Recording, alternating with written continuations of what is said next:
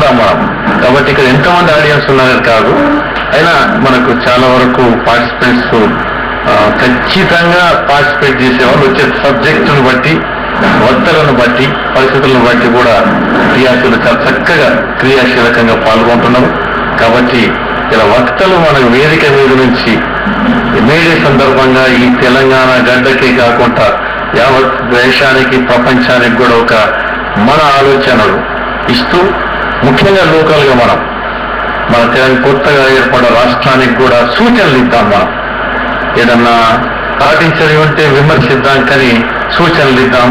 ఏ రకంగా కార్మిక వర్గం ఒక ధైర్యంగా, అంటే రెక్కాడుకునే డొక్కాడని కార్మిక వర్గాన్ని ఎట్లా కాపాడుకుంటాం, వాళ్ళ హక్కులను కూడా ఈ ప్రాంతం కాపాడే విధంగా మనం అందరం ఐక్యంగా ప్రయత్నం చేద్దాం. ఆ ప్రయత్నంలో ఈ కార్మిక సంఘాలందరూ కూడా కొన్ని కామన్ ఇష్యూస్కి, దేశానికి ఒక మంచి సంకేతం ఇవ్వడానికి, సమస్యలు ఏ తెలంగాణ ఉద్యమం అయితే మనం అంటుంటాం కదా, RSU టు RSS వరకు కూడా ఒక వేదిక మీదకి వచ్చాము.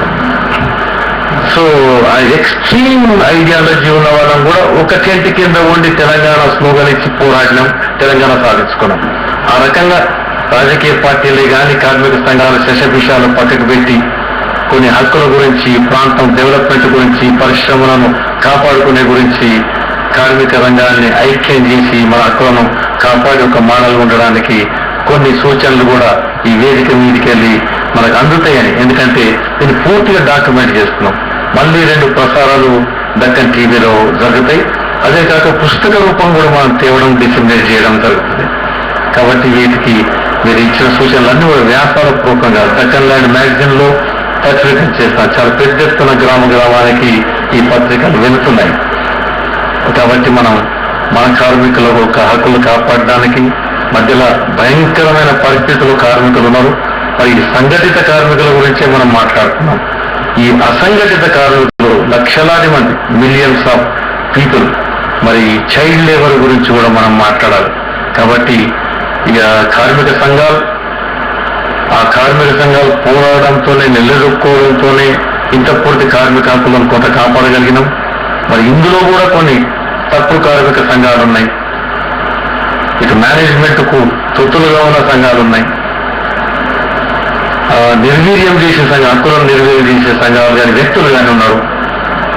ఇటువంటివన్నీ ఉన్నాయి. వాటిని అన్నిటి మనం అధిగమించగలగాలి.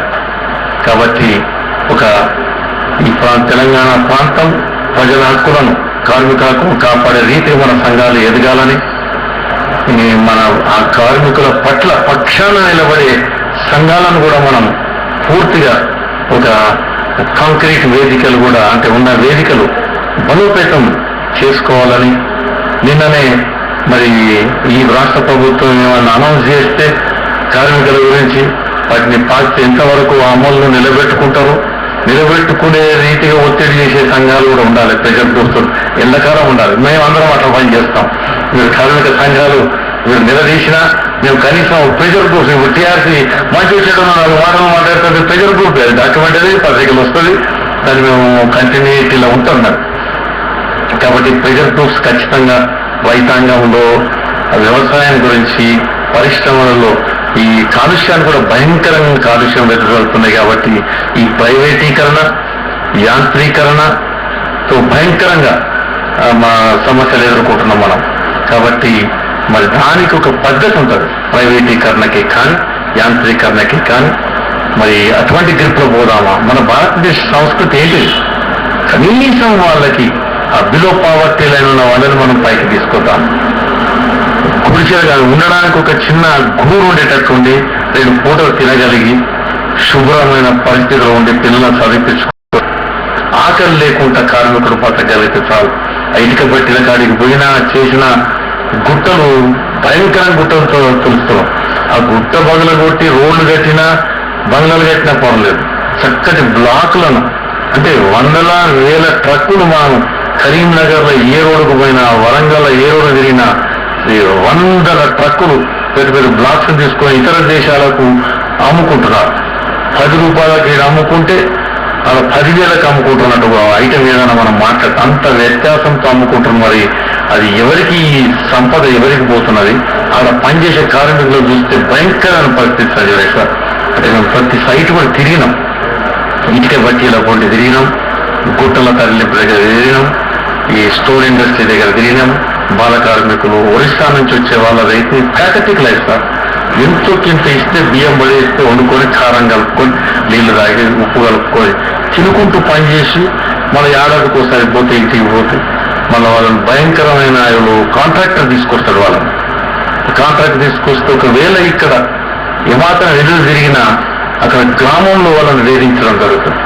అటువంటివి కూడా ఇక్కడ వెలికి తీసి వాళ్ళను కన్సర్న్ కంప్లైంట్ ఇచ్చి మనం పోలీస్ స్టేషన్ ద్వారా వాళ్ళని ప్రొటెక్షన్ ఇచ్చి ఈ యొక్క ఉద్యమ సంఘ పౌర హక్కుల సంఘాలు ఇచ్చి వాళ్ళకు ఒరిస్సా చేరే రీతిగా వాళ్ళకు ట్రాన్స్పోర్టేషన్ అరేంజ్మెంట్ చేసి పోలీస్ ప్రొటెక్షన్ ఇచ్చి గ్రామంలో వాళ్ళను ప్రజల ముందు పంపించే ప్రయత్నం చేసినాం. లేకుంటే తోమంటే కొంతమంది కనుమరుగైపోతున్నారు, ఇంటికి చేరలేకపోతున్నారు. Sir have taken lot of time sir. And ఇటువంటి భయంకరమైన వీటిని కూడా మనం ఈ యొక్క కార్మిక సంఘాల అసంఘటిత సెక్షన్ ని కూడా మనం దృష్టి మీరు పెట్టాలని, మీరు నాయకత్వం వహించాలని, ప్రజలు ఖచ్చితంగా ఈ సంఘాలతో ఉంటారని. మళ్ళీ ఎర్ర జెండాలు భారతదేశంలోనే మళ్ళీ రెపరెపలు ఆడుతున్నాయి. ఈ మేడే సందర్భం కూడా ఒక ఎర్ర జెండాలు మొత్తం యావత్ ఈ ప్రాంతంలో కూడా రెపరెపలు ఆడినాయి. కాబట్టి ఈ ఎర్ర జెండాలు కూడా ప్రజల పక్షాన ఎప్పటికి నిలబడి ఉంటాయని కూడా ఆశిస్తూ, అన్ని జెండాలు ప్రజల పక్షాన ఉంటాయని ఆశిస్తూ, ఇవాళ ఈ సభకి నేను నర్సులతో అడగలేదని దయచేసి ఒప్పుకోవాలని అధ్యక్షత వహించాలి. రావాలి, దయచేసి రావాలి. టీఆర్ఎస్ మరి మీరు దయచేసి మీరు అధ్యక్షత వహించాలని, కొమ్మిడి నరసింహారెడ్డి గారు మాజీ ఎమ్మెల్యే గారు అధ్యక్షత వహించాలని. ఇవాళ వక్తలుగా వచ్చిన INTUC నేషనల్ అధ్యక్షుడైన చైర్మన్ అయిన మన సంజీవ్ రెడ్డి గారు వేదిక మీదకి రావాలని కోరుతూ, AITC నుంచి మనకు నరసింహన్ గారు వచ్చేదంటే కానీ రాలేదు. ఒకవేళ వారు రాని పక్షంలో ఎవరన్నా రిప్రజెంట్ వచ్చే అవకాశం ఉంది. మరియు CIT నుంచి వచ్చిన సాయిబాబు గారు కూడా వేదిక మీదకి రావాలని.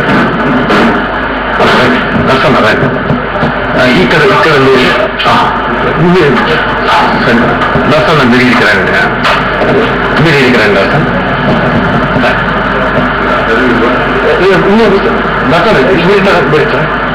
నేను పిలుస్తాను, మీరు కూర్చోండి. ఉదయ భాస్కర్ సార్.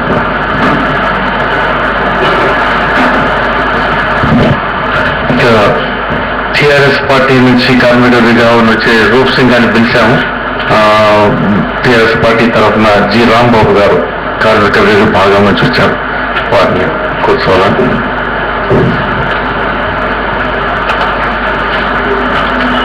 మరియు ఇవాళ ఇంకో మిత్రుడు కార్మిక పక్షాన యువకుడు నారాయణ గారు కూడా ఈ veg board, minimum wage board advisory captain Narayana గారు కూడా రావాలని, వేదిక మీద కూర్చోవాలని ఆహ్వానిస్తూ,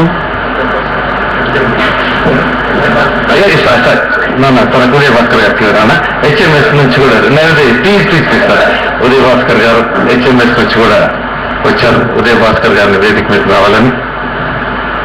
సారీ ఉదయ్.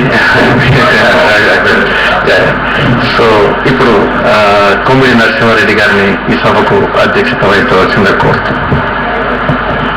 కూర్చొని మాట్లాడితే కేవలం మాట్లాడతారు.